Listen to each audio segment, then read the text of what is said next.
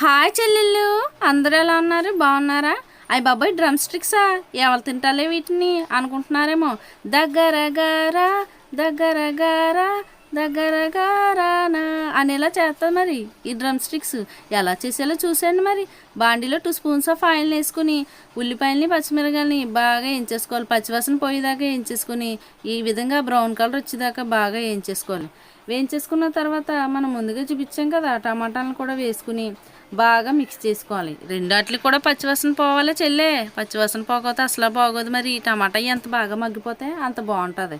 ఈ రెండాట్లు మగ్గించినాక 1 స్పూన్ సాల్ట్ని కూడా వేసుకుని మళ్ళీ బాగా మిక్స్ చేసుకుని మూత పెట్టుకొని ఒక 2 నిమిషాల పాటు మగ్గిపోయేదాకా ఉండిచ్చేసి మనం గసగసాలు, ఎల్లుల్లిపాయలు, జీలకర్ర ఇవన్నిటిని కలిపి పేస్ట్ చేసి పెట్టుకున్నాను. మరి అవి కూడా ఇందులో వేసుకుని పేస్ట్ని బాగా మిక్స్ చేసుకోవాలి.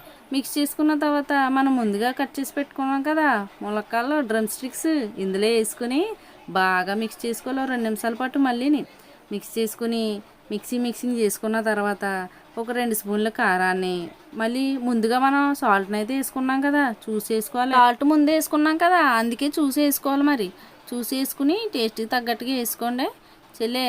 వేసుకున్న తర్వాత ఇందులోకి ఒక 5 నిమిషాల పాటు మిక్స్ చేసుకుని ఒక గ్లాస్ ఆఫ్ వాటర్ని యాడ్ చేసుకుంటే మన ములక్కాయల కర్రీ అయితే రెడీ అయిపోతుంది చెల్లే.